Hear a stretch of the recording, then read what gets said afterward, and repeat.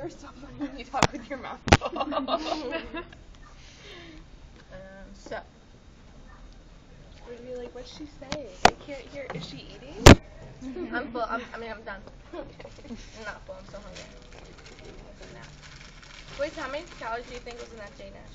A lot, right? A lot. Oh my god. You're just gonna throw it up later. Don't worry about it. I actually can't throw up because I cry and I don't. Horrible. You're like, if I could get through it without crying, I would totally be bulimic. Oh, I'm kidding. Oh, that was a bad joke. I'm sorry, guys. I've been on medication the past 2 weeks, so anything I say is ridiculous. So, you guys do research? You guys? I did. But they pretty much all said the same thing, that fear was like, no matter what fear you have, it always ends up kind of being the fear of death. Yeah. I'm trying to get your voice, make sure we get it. Oh, I wasn't even recording. Okay, that's good, because that was a bad joke. Okay. Like, I'm looking at it right now on Google Scholar, and like, it's like very specific things. Like, Really? You're looking yeah. at it right now. Yeah, I'm looking at it right now, and it's like, are older people more afraid of crime? Considering age differences, Oh, yeah, is that one's a on fear of victimization, or what makes internet users afraid?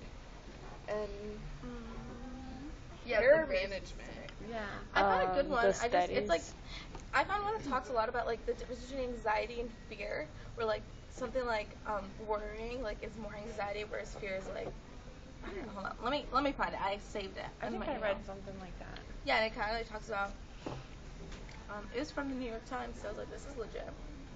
But, I scanned one article and it said that fear was actually caused by like a gene, and they did like a research with mice, and they took the gene out of some mice, and they weren't afraid of loud noises, and they didn't run when they were in open spaces and stuff like that. Cool. So it's actually caused by a gene. what I thought of when I thought of the fear, like social, like conditioning. Have you ever heard of that? Like with like little Albert, the little Albert experience. Like the little boy, like they gave him a rat, like a white rat, and he wasn't afraid of it.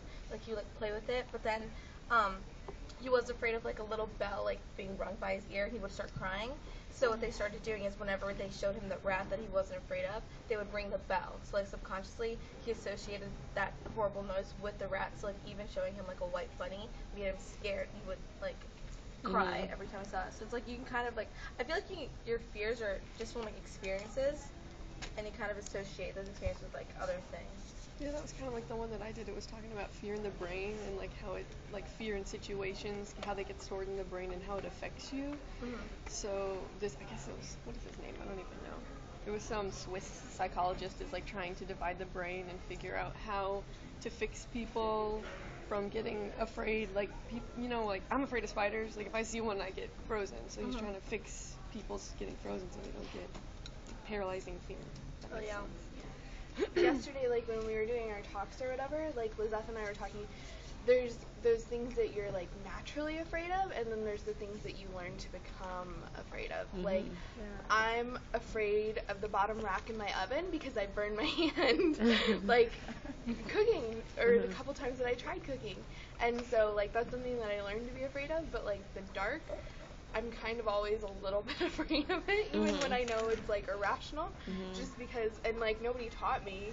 I mean, like it gets worse when you like see movies and stuff and you see other people's interpretations of it, but like people have always kind of been afraid of certain things.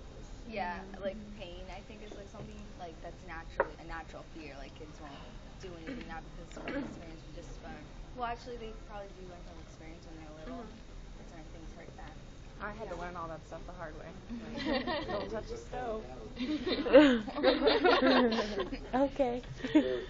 Boom, record. But I also read that, I read an article and it was like Christian based, and it was like that there's two different types of fear. Oh my God, Yeah, that's totally shoot, what I we read. we were talking about that Oh yeah. earlier. Fear is like, one fear is good, which is like fear that you're God or other, which is basically just to like, that way you don't believe in any other God, but that's kind of like a good fear because it's motivating you for a good thing. And then the second fear was like fear of the devil or something, like the evil spirit, and that was like a bad fear because you're afraid of people. So I don't know, there's like two different types of fears. I guess not all fear can be bad. Like Yeah, like motivating fear, like for consequence or whatever.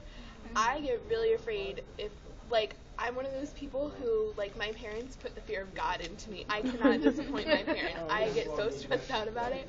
And, like, if I feel like I'm doing something wrong or it's not right specifically and I'm going to get in trouble or, like, I'm going to get the disappointed talk, like, I can't handle it. I will cry.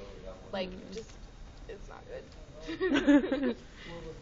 So I think that's, like, a motivating fear is to do, like, the right thing because I can't deal with the consequences of not.